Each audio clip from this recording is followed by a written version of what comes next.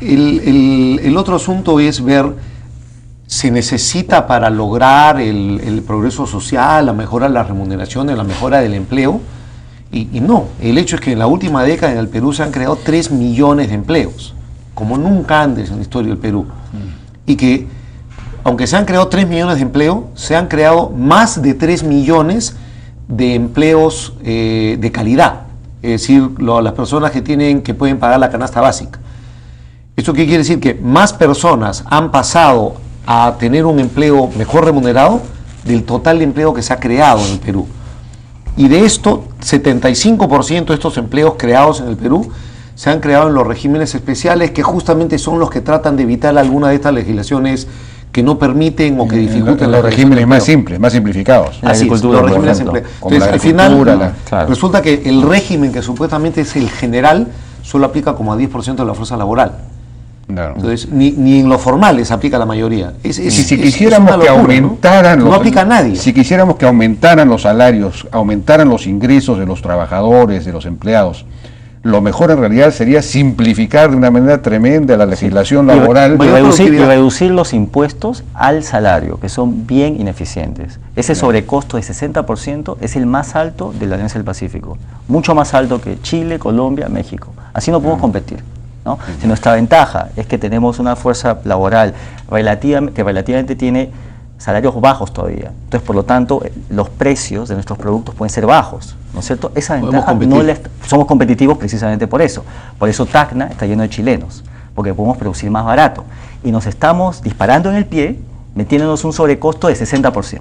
Claro. O sea, nos estamos haciendo no competitivos. Ahora, el argumento de los que defienden el salario mínimo es, oiga, hemos dado incrementos en el salario mínimo en los últimos años, por ejemplo, el último fue el 2011 y después, en fin, los que dio 2012, el presidente, el 2011, 2012, dos oportunidades lo subió este gobierno. En 2 oportunidades este gobierno, pero antes se han dado, digamos, en la década pasada, varios incrementos del salario mínimo, y sin embargo, el empleo ha crecido, el empleo formal incluso ha crecido, y entonces eso significaría que el incremento del salario mínimo no porque... Claro, pero de nuevo, o sea, la forma de mostrar que eso es absolutamente falso, no tiene ningún sentido, incluso común, creo que cualquier televidente lo puede entender, es si ya, como hemos visto, el salario mínimo en realidad afecta a un porcentaje muy pequeño de la gente, entonces, y dentro de los rangos razonables, cualquier cosa que tú hagas, sea bueno o sea malo, no va a afectar a muchos. Entonces, eso no va a ser la explicación de lo que pasa en el Perú. Pero el grueso de la población, donde el salario mínimo no tiene mayor impacto,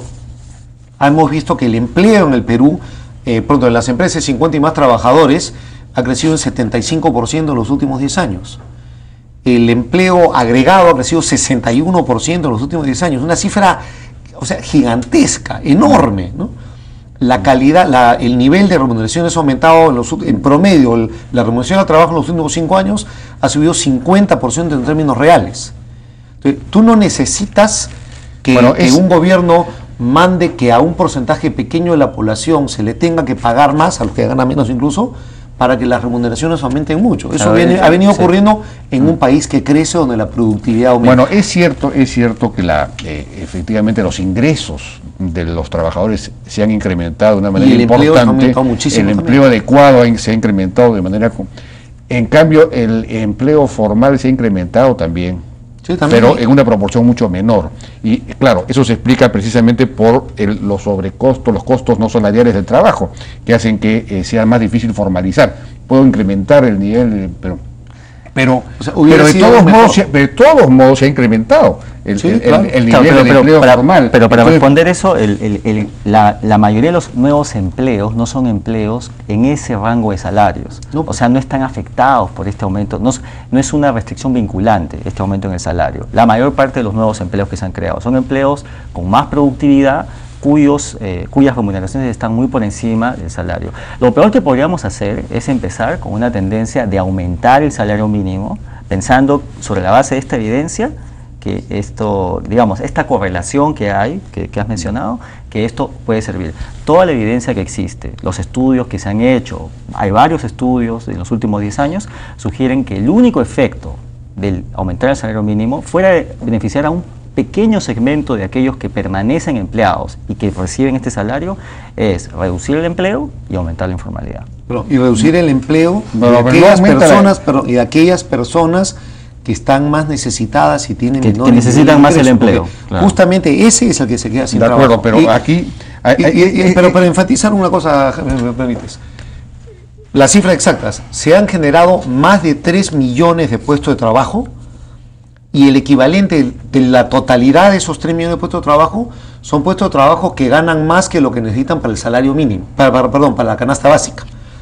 Es decir, todos estos nuevos empleos creados son empleos que se han creado, como estaba diciendo Juan, por ingresos encima del salario mínimo. Entonces, no ha tenido nada que ver el salario mínimo en la creación de estos 3 millones de puestos de trabajo. Entonces 3 millones. Entonces te pueden decir, significa entonces que hay un margen para subir el salario mínimo, puesto que si los empleos nuevos se crean muy por encima del salario mínimo, entonces... Eso es cierto, pero la pregunta de verdad... Es que el punto que va a salir es, si yo subo el salario mínimo, digamos, 750, 850, va a afectar a relativamente poca gente. ¿Ok?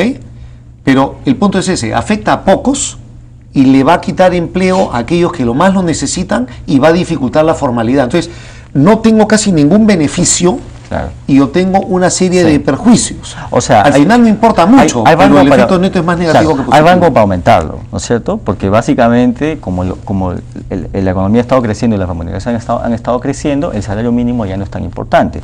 Pero, ¿cuál es el sentido de aumentarlo? ¿Qué conseguimos aumentándolo? Obviamente hay un beneficio político, eso es otro tema, depende cómo se comunique la población, siempre se ve bien. Pero ¿de qué nos sirve? Bueno, según esta investigación de Nikita Céspedes y Alan Sánchez recientemente publicada por el Banco Central de Reserva, en inglés dicho sea de paso, no sé por qué,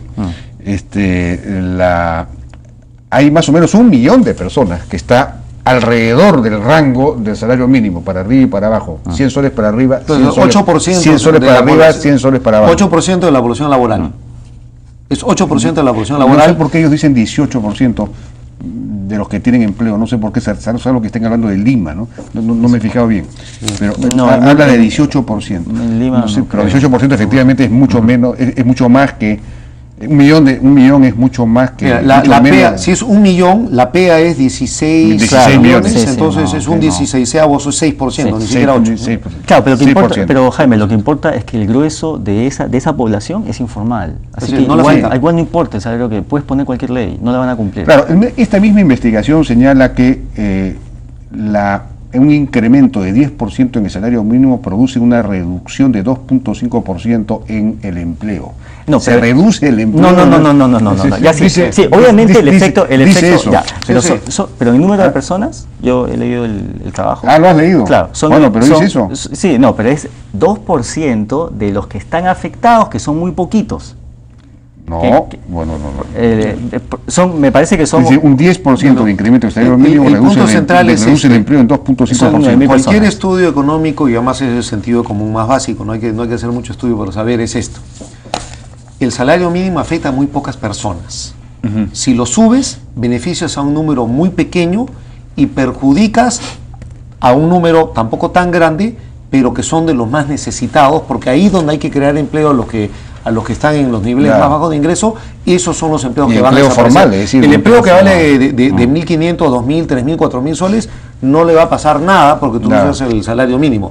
El empleo que va a caer es el empleo de 750 soles. Ese empleo va a caer. Y el empleo de todas esas micro y pequeñas empresas que están en el filo de la navaja. En realidad, si son informales no le va a hacer, porque igual siguen pagando más o menos. Pero quisieran formalizarse en algún momento. No podrían formalizarse, no podrían, claro. O para formalizarse tendrían que despedir gente. O sea, es ponerle un clavo más en el ataúd, que es la formalidad, ¿no? A este 60% de sobrecosto, encima le ponemos un salario más alto, bueno, no, lo van a pensar más de una vez si quieren. Al final de cuentas, el único salario, la única remuneración que es sostenible en el tiempo para un trabajador es la que se sustenta en su productividad. Si uno quiere mejorar la remuneración de los trabajadores, lo que hay que hacer es esfuerzos para mejorar su productividad, con mejor educación o mejor entrenamiento, capacitación, con más inversión en mejores bienes de capital para que la misma persona pueda producir más, es decir, más inversión. Esos son los esfuerzos que se deben hacer. Hay que dejar que el mercado opere. El mercado funciona. La planificación central, lo hemos visto en nuestro país, es un fracaso. O sea, es un fracaso Y la consecuencia de eso, necesitamos más planificación central. Es increíble. Sí, no hemos pues, aprendido la lección del colapso que tuvimos en 1990. Bueno, pero ya nos ganó el tiempo, desgraciadamente, pero en fin, me parece que el mensaje queda muy claro. Ojalá la próxima vez estamos en desacuerdo, pero tiene que ser otro tema. Bien, muchísimas gracias a Miguel Palomino y a Juan Mendoza por esta interesantísima y muy ilustrativa discusión. Muchas